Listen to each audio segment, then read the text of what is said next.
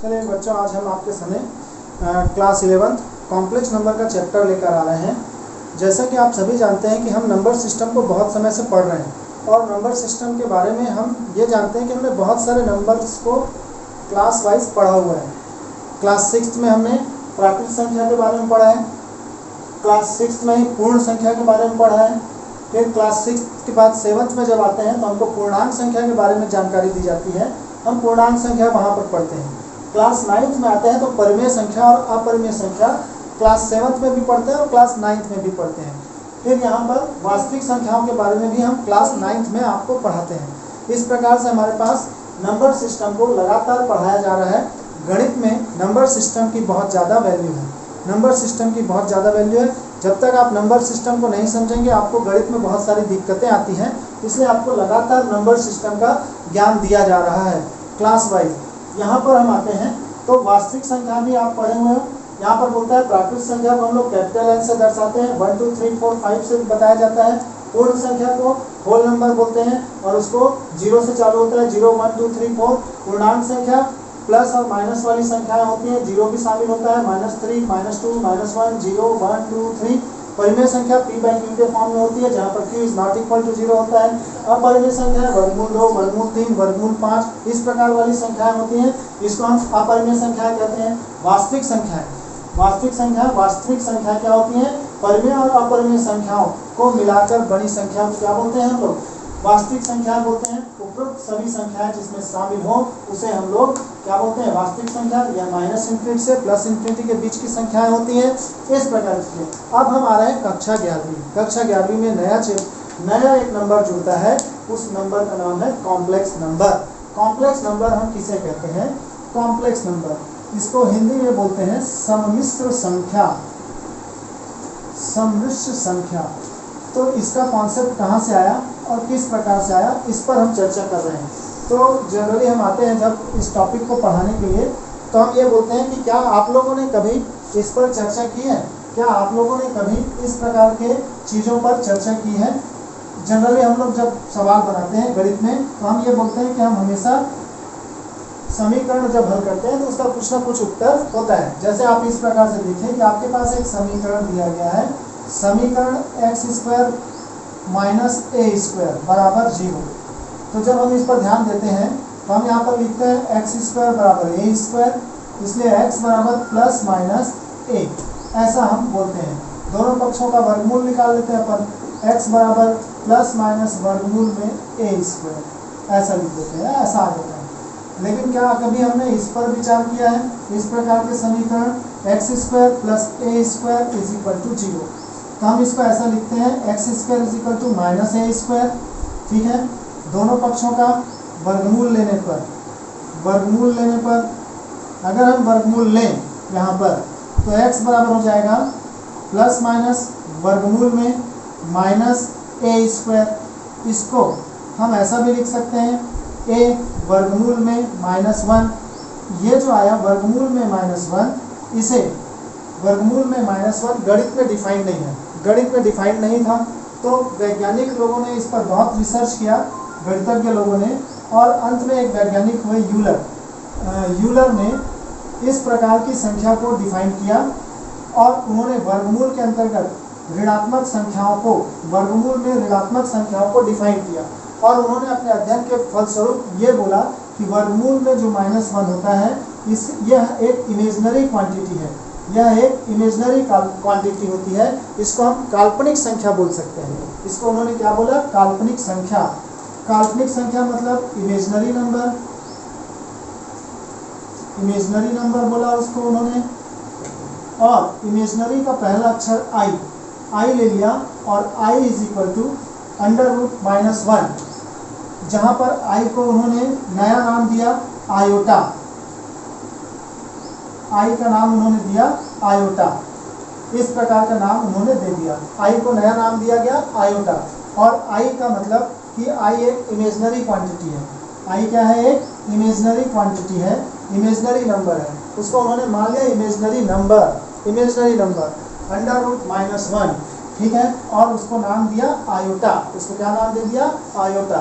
अब यहाँ पर उन्होंने बोला कि अगर ये चीज़ें हैं। तो गणित में अब जब भी कभी भी अंडर रूट में निगेटिव क्वांटिटीज आएगी, अंडर रूट में निगेटिव क्वांटिटीज जैसे आया -2 अंडर रूट में, तो उन्होंने बोला √2 और -1 को i लिख देंगे, -1 को क्या लिख देंगे, i लिख दीजिएगा, ऐसा उन्होंने ये बोला। ठीक है, इसको अपन ऐसा लिख सकते हैं -1 × 2, तो ये इस प्रकार से लिखा जा सकता है। इस प्रकार की चीज़ें बताना चालू किया यूलर ने। क्या नाम था, यूलर ने। ठीक है, अब यूलर ने इसका अध्ययन करना चालू किया आयोटा के बारे में, और इसका एक अलग मैथ्स बनाया, इसका भी एक अलग मैथ्स बनाया, और उसमें इन्होंने ये बोला कि आई का अध्ययन करना चालू करें। तो आई = √-1 था। ठीक है, अभी हम समृद्ध संख्या पर चर्चा नहीं कर रहे हैं, अभी हम इमेजनरी नंबर पर चर्चा कर रहे हैं। तो आई था √-1, तो i² कितना हो जाएगा, तो दोनों पक्षों का वर्ग कर देंगे, तो ये हो जाएगा -1। ठीक है, इसी प्रकार से उन्होंने बोला कि i³ निकालिए, तो हम i³ को i² × i लिख सकते हैं, और i² की वैल्यू होती है -1 × i, therefore this is equal to -i। i³ की वैल्यू होती है -i, i² होता है -1, i इज इक्वल टू होता है √-1, i⁴ कितना होगा, तो i⁴ को अपन ने लिख दिया i² × i², यहाँ पर अपन ने -1 × -1, तो कुल मिलाकर कितना हो गया, +1। तो यहाँ पर हमारे पास एक और फार्मूला आया, i⁴ इज इक्वल टू +1। अब यहाँ से उन्होंने चालू किया कि इसका एक अलग से अलजेब्रा बनाया, और उन्होंने ये बोला कि ये तो ठीक है कि अगर i की पावर को हम इंक्रीजिंग ऑर्डर में ले जाएं तो कैसा कैसा क्या क्या परिवर्तन होगा। तो i is equal to √-1, i² equal to -1, i³ -i, i⁴ +1। अब इन्होंने बोला कि अगर हम इसको i⁴r के पावर में ले लें, जहाँ पर r की वैल्यू 1 2 3 4 कुछ भी हो, ठीक है, तो ये ऑलवेज इक्वल टू कितना होगा, ये ऑलवेज इक्वल टू 1 होगा। पहला फार्मूला i⁴r + 1, ये ऑलवेज इक्वल होता है i के। ठीक है, इसी प्रकार से i⁴r + 2, उन्होंने अपने अध्ययन के फलस्वरूप ये फार्मूले दिए, i⁴r + 2 ये हो जाएगा -1 के इक्वल, किसके बराबर हो जाएगा, -1। i⁴r + 3, ये हो जाएगा हमारे पास -i के इक्वल, -i के इक्वल होता है। साथ ही साथ उन्होंने एक चीज़ और बोली, अपने अध्ययन के फलस्वरूप उन्होंने एक चीज़ और निकाला, जिसमें उन्होंने बोला कि आयोटा जो होता है वो कभी भी डिनोमिनेटर में नहीं हो सकता। उन्होंने अपने अध्ययन में ये चीज़ बोली कि आयोटा कभी भी हर में नहीं होगा। तो उन्होंने एक चीज़ और निकाला यहाँ पर कि 1/i, इसको डिफाइन करने का प्रयास किया कि अगर आयोटा डिनोमिनेटर में है तो क्या होगा, ये डिफाइन है या नहीं है। तो उन्होंने अपने अध्ययन में ये पाया कि आयोटा कभी भी डिनोमिनेटर में नहीं होगा, हर में नहीं होगा। तो उन्होंने इसके लिए उसका क्या कर दिया, हर का परमेयीकरण किया, हर का परमेयीकरण कर देते हैं, हर का परमेयीकरण करेंगे तो ये हो जाएगा 1/i × i/i हो जाएगा। यहाँ पर 1 × i हो गया, और ये हो गया i² की वैल्यू होती है -1, तो i/-1, दिस इज -i। तो यहाँ पर उन्होंने ये फार्मूला दिया कि 1/i जो होता है, 1/i always equal to -i होता है, ऑलवेज इक्वल टू -i होता है। इस प्रकार से उन्होंने आयोटा का मैथ्स बनाना चालू किया, और अभी हम सिर्फ आयोटा के बारे में ही अध्ययन कर रहे हैं, सिर्फ और सिर्फ आयोटा के बारे में पढ़ रहे हैं। तो जब आयोटा के बारे में काम कर रहे थे तो यूलर ने एक प्रकार का चीज़ और देखा, बोले अगर हम इसको देखें, इस प्रकार की चीज़ को देखें कि 1 + i/1 - i, अगर ऐसा लिखा है तो क्या होगा। तो उन्होंने इस पर भी अध्ययन करना चालू किया, और इसको अध्ययन करके उन्होंने ये बोला कि अगर ये नीचे में है तो नीचे में हो नहीं सकता, तो इसको क्या करेंगे, परमेयीकरण कर दीजिए। परमेयीकरण करोगे तो कुछ ऐसा हो जाएगा। फिर यहाँ पर आ गया 1 + i का होल स्क्वायर अपॉन 1 - i का स्क्वायर, ऐसा हो जाएगा 1 + i² माइनस की जगह +2i अपॉन कितना 1 + 1, ऐसा हो जाएगा। यहाँ पर i² -1 + 1 कैंसिल हो जाएगा, 2i/2, 2 कैंसिल हो जाएगा, तो ये आ गया i। तो इस पूरे की वैल्यू होती है i के इक्वल। ये भी उन्होंने अपने अध्ययन के फलस्वरूप बोला। ये भी उन्होंने अपने अध्ययन के फलस्वरूप बोला। फिर उन्होंने बोला कि नहीं, अब इसको अगर पलट के देखा जाए, तो इन्होंने फिर से चालू किया, इसको पलट देते हैं। 1 माइनस आई अपॉन 1 प्लस आई कितना होता है, तो फिर से अपन क्या करेंगे, फिर से अपन राशनलाइज करेंगे 1 प्लस आई, क्योंकि डिनोमिनेटर में आई कभी हो नहीं सकता, इसलिए उन्होंने क्या किया, अपने अध्ययन के जो स्टेटमेंट थे उसके रेशियो को चेक करते रहे कि क्या क्या चेंजेस हो रहे हैं, क्या क्या चेंजेस हो रहे हैं। तो 1 माइनस आई का होल स्क्वायर अपॉन 1 माइनस आई स्क्वायर हो जाएगा। इसको अपन ने ओपन किया तो 1 माइनस 2i प्लस आई स्क्वायर अपॉन 1 प्लस 1 2, आई स्क्वायर कैंसिल, 2 कैंसिल, तो ये आया माइनस आई। तो ये एक फार्मूला आया कि इसका वैल्यू माइनस आई होता है। अगर प्लस ऊपर में है तो प्लस आई, माइनस ऊपर में है तो माइनस आई। इस प्रकार की चीज़ें उन्होंने अपने अध्ययन के फलस्वरूप बताई, आयोटा के अध्ययन के फलस्वरूप। ठीक है, अब हम आते हैं आपके पास समृद्ध संख्या की परिभाषा को लेकर। तो समृद्ध संख्या हमेशा a प्लस IB के रूप वाली किसी संख्या को समृद्ध संख्या कहते हैं। इस प्रकार की अगर कोई संख्या लिखी है a plus IB, a plus minus IB के रूप वाली संख्या को समृद्ध संख्या कहते हैं, और इसे अंग्रेजी के छोटे अक्षर z से प्रदर्शित किया जाता है।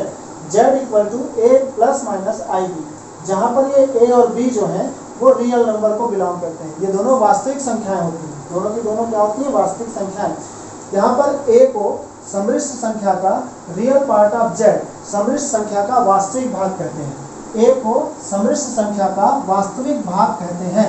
इसे real part of z, RE of z, real part of z बोलकर पढ़ते हैं, और real part of z equal to होता है a। इसी प्रकार से imaginary part of z, imaginary part मतलब जो आयोटा के साथ लिखा रहेगा उसको इमेजिनरी पार्ट बोला जाता है। आयोटा के साथ जो भी क्वांटिटी रहेगी वो इमेजिनरी पार्ट कहलाती है। इमेजिनरी पार्ट ऑफ z, इसको IM ऑफ z इक्वल टू b से लिखा जाता है, इस प्रकार दर्शाया जाता है। स्पष्ट है कि समृद्ध संख्याएं जो होती हैं वो वास्तविक व अधिकल्पित संख्याओं के, वास्तविक और अधिकल्पित संख्याओं के योग के अंतर से व्यक्त होती है। ये पूरा अधिकल्पित संख्या है, ये पूरी वास्तविक संख्या, ये अधिकल्पित संख्या। तो वास्तविक और अधिकल्पित संख्याओं के योग और अंतर से व्यक्त होती है। ठीक है, इसको अधिकल्पित संख्या, इसको वास्तविक संख्या। यहाँ पर नोट शीट आता है कि प्योरली रियल क्या होता है, प्योरली इमेजिनरी क्या होता है। यदि a प्लस IB में b बराबर 0 हो, यहाँ पर b बराबर 0 रख दिया जाए तो a मिलेगा, तो समृद्ध संख्या एक शुद्ध वास्तविक संख्या हो जाती है। इसी प्रकार यदि a बराबर 0 रख दिया जाए तब यह एक शुद्ध अधिकल्पित संख्या हो जाती है, purely imaginary quantity, purely imaginary number. अब आते हैं हम ऑर्डर्ड पेयर। ऑर्डर्ड पेयर में आते हैं किसी समृद्ध संख्या z equal to a plus IB को वास्तविक संख्याओं a और b के क्रमित युग्म ऑर्डर्ड पेयर AB के रूप में परिभाषित किया जा सकता है। यदि z बराबर a प्लस IB तब क्रमित युग्म कोष्टक में क्या रहेगा, ऑर्डर्ड पेयर AB। यदि z बराबर माइनस a प्लस IB तो ऑर्डर्ड पेयर में माइनस AB। ठीक है, z बराबर माइनस a माइनस IB तो क्या होगा, ऑर्डर्ड पेयर में minus a minus b। z equal to a minus IB तो ऑर्डर्ड पेयर में क्या हो जाएगा, ऑर्डर पेयर में क्या हो जाएगा, z यहाँ पर a माइनस b हो जाएगा। ओके, अब हम आते हैं अलजेब्रा ऑफ कॉम्प्लेक्स नंबर लेकर आपके सामने कि समृद्ध संख्याओं को कैसे जोड़ा जाता है, कैसे घटाया जाता है, कैसे गुणा किया जाता है, और उनका डिवाइडेशन कैसे किया जाता है, भाग कैसे करते हैं। ठीक है, तो यहाँ पर अगर आपके पास दो समृद्ध संख्याएं दी गई हैं, z1 equal to x1 plus i/1 और z2 equal to x2 plus i/2, दो समृद्ध संख्याएं दी गई हैं, तो उनका योग कैसे करते हैं। दो समृद्ध संख्याओं का योग करने के लिए अगर बोला जाए तो z1 प्लस z2, यानी हम ऐसा लिखेंगे x1 plus i/1 plus sign के साथ x2 plus i/2। Real part को रियल पार्ट से जोड़ा जाता है, इमेजिनरी पार्ट को इमेजिनरी पार्ट से जोड़ते हैं। तो यहाँ पर आ जाएगा, रूल है ये x1 plus x2 plus sign के साथ i common y1 plus y2। इसी प्रकार से अगर इनको व्यवकलन किया जाए, क्या किया जाए, घटाया जाए, घटाना, इनको घटाना, तो z1 माइनस z2 बराबर क्या हो जाएगा, x1 प्लस i/1 इन माइनस साइन के साथ x2 प्लस i/2। अगर ऐसा हो तो हम उसको लिखेंगे x1 minus x2 plus i/1 minus y2। इस प्रकार से घटाएंगे। अगर हमको बोला जाए कि गुणा करना है, गुणा। तो हम यहाँ पर देख रहे हैं कि अगर दो सम्मिश्र संख्याओं को गुणा करेंगे तो एक सम्मिश्र संख्या मिलती है, ठीक है। इसी प्रकार से अगर घटाएंगे तो भी हमको क्या मिलती है, एक सम्मिश्र संख्या ही मिलती है, ठीक है।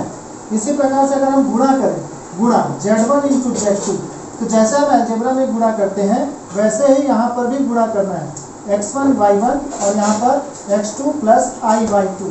तो जब आप गुणा करोगे तो ये हो जाएगा x1 x2 minus plus sign के साथ i square y1 y2 plus sign के साथ i यहाँ पर ले लेंगे x1 y2 इस प्रकार से प्लस साइन के साथ x2 y1। तो यहाँ पर आ जाएगा हमारे पास x1 x2 minus y1 y2 इस प्रकार से i स्क्वायर की वैल्यू डाल देंगे -1 प्लस साइन के साथ i के साथ हो जाएगा x1 y2 minus plus x2 y1, जिसको हम लोग बोल सकते हैं capital X plus I capital Y। कहने का मतलब यह है कि अगर दो सम्मिश्र संख्याओं को गुणा करोगे तो एक सम्मिश्र संख्या ही मिलती है, जोड़ेंगे तो एक सम्मिश्र संख्या मिलती है, गुणा करेंगे तो एक सम्मिश्र संख्या मिलती है, घटाते हैं तो एक सम्मिश्र संख्या मिलती है। अब आते हैं अपन भाग, सम्मिश्र संख्याओं का भाग कैसे किया जाता है, भाग करना, ठीक है। अगर हमारे पास दो सम्मिश्र संख्या दी गई है और अगर हमको उनका भाग करने के लिए बोला जाए Z1 बाई Z2, तो यहाँ पर क्या हो जाएगा x1 प्लस i/1 बटे x2 प्लस i/2। तो यूलर नामक वैज्ञानिक ने क्या बोला था कि आयोटा कभी भी नीचे नहीं होगा, आयोटा कभी भी नीचे नहीं होगा। तो हमको क्या करना पड़ेगा, उसका परमेयीकरण करके ऊपर नीचे गुणा करना पड़ेगा। तो उसके परमेयीकरण कर दीजिए, इसका हर का परमेयीकरण करने पर ऐसा, ठीक है, x2 माइनस i/2। तो इस हिसाब से इसको इंटू कर लीजिए, x1 x2 माइनस साइन के साथ i x1 y2 plus sign के साथ i y1 x2 plus minus i square y1 y2 ऐसा हो जाएगा। और इसमें a minus b a plus b लग जाएगा। तो यहाँ पर हो जाएगा x2 का square plus minus i square y square, ये फार्मूला हो जाएगा। यहाँ से हम i स्क्वायर की जगह -1 रख दें तो ये प्लस हो जाएगा x1 x2 प्लस साइन के साथ y1 y2 प्लस यहाँ पर कितना हो जाएगा हमारे पास प्लस, अगर मैं i को कॉमन निकाल लूँ तो मेरे पास आ जाएगा x2 y1 minus x1 y2 whole divided by यहाँ पर अपन क्या लिख सकते हैं, x2 का स्क्वायर प्लस y2 का स्क्वायर, यहाँ पर भी लिख सकते हैं x2 का स्क्वायर प्लस y2 का स्क्वायर। कहने का मतलब यह भी एक क्या मिल जाता है, कॉम्प्लेक्स नंबर ही मिलता है। इस प्रकार की चीज़ें, अगर हम दो कॉम्प्लेक्स नंबर को जोड़ते हैं तो हमको एक कॉम्प्लेक्स नंबर मिलता है, डिवाइड करते हैं तो भी हमको एक कॉम्प्लेक्स नंबर ही मिलता है। चलिए अब हम आते हैं आपके पास सम्मिश्र संख्याओं के योग के गुणधर्म लेकर, सम्मिश्र संख्याओं के योग के गुणधर्म। तो सम्मिश्र संख्याओं का पहला जो नियम है वह है समरक गुणधर्म, क्लोजर प्रॉपर्टी। तो सम्मिश्र संख्याओं का योग क्लोजर प्रॉपर्टी होल्ड करता है, यानी दो सम्मिश्र संख्याओं को जोड़ा जाए तो हमें एक सम्मिश्र संख्या ही मिलेगी, ये पहला नियम है। दूसरा नियम क्रम विनिमय नियम या कम्यूटेटिव लॉ बोलते हैं। अगर दो सम्मिश्र संख्याओं को जोड़ा जाए और उनके क्रम को बदलकर फिर से उन्हें जोड़ा जाए तो योग पर कोई भी प्रभाव नहीं पड़ता है, इसे हम लोग क्रम विनिमय नियम कहते हैं। Z1 प्लस Z2 बराबर होता है Z2 प्लस Z1। क्रम को आगे पीछे करने से योग पर प्रभाव नहीं पड़ता है। तीसरा है साहचर्य नियम, जिसे हम लोग बोलते हैं एसोसिएटिव लॉ। एसोसिएटिव लॉ में ये बोलता है कि Z1 plus Z2 plus Z3 अगर तीन सम्मिश्र संख्या दी जाए तो अगर पहले ब्रैकेट वालों को सॉल्व किया जाए उसके बाद उसको जो आएगा आंसर उसको अगर Z1 से प्लस किया जाए तो Z1 प्लस Z2 का जो एडिशन आएगा उसको अगर Z3 से ऐड करें तो इक्वल होगा, यानी Z1 plus Z2 plus Z3 equal to Z1 plus Z2 plus Z3 होता है। योज्य तत्समक, इसे हम एडिटिव आइडेंटिटी बोलते हैं। और ये बोला जाता है कि Z में ऐसी कौन सी संख्या जोड़ी जाए कि वापस Z आ जाए, Z में ऐसी कौन सी संख्या जोड़ी जाए कि वापस Z आ जाए। तो उत्तर आएगा हमारे पास 0। 0 में अगर Z जोड़ा जाए तो Z आ जाएगा। तो 0 को Z का योज्य तत्समक कहते हैं, 0 को ही Z का योज्य तत्समक कहते हैं। फिर आता है योज्य प्रतिलोम, एडिटिव इनवर्स। ये एडिटिव इनवर्स भी फॉलो करता है। Z में ऐसी कौन सी संख्या जोड़ी जाए कि 0 आ जाए, तो हम बोलेंगे -Z अगर हम इसमें जोड़ दें Z में तो 0 आ जाएगा। तो -Z को जेड का योज्य प्रतिलोम कहते हैं। माइनस जेड को जेड का योज्य प्रतिलोम कहते हैं। ये हमारे पास योग के गुणधर्म है। अब हमारे समृद्ध संख्याओं के गुणन के गुणधर्म, जिस प्रकार से योग के गुणधर्म होते हैं वैसे ही गुणन के गुणधर्म होते हैं। तो यहाँ पर हमारे पास लिख रहा है पहला नियम समवरक गुण। समवरक गुण का पालन करता है, यानी दो समृद्ध संख्याओं को गुणा करोगे तो आपको एक समृद्ध संख्या ही मिलेगी। क्रम विनिमय नियम, समृद्ध संख्याओं का गुणा जो है क्रम विनिमय नियम का पालन करता है। कहने का मतलब क्रम को आगे पीछे करने पर गुणा पर कोई प्रभाव नहीं पड़ता है, जो उत्तर आना है वही उत्तर आएगा। साहचर्य नियम, Z1 into Z2 into Z3 बराबर होता है Z1 into Z2 into Z3। गुणन तत्सम, Z को ऐसी किस संख्या से गुणा किया जाए कि Z आ जाए, तो हम बोलते हैं 1 से। अगर हम इसको 1 से गुणा करें तो वापस Z आ जाएगा, तो 1 को Z का गुणन तत्समक कहते हैं। गुणन प्रतिलोम, Z को ऐसी किस संख्या से गुणा किया जाए कि 1 आ जाए, तो 1/Z से गुणा करेंगे, तो 1/Z को Z का गुणन प्रतिलोम कहते हैं। फिर आता है वितरण नियम।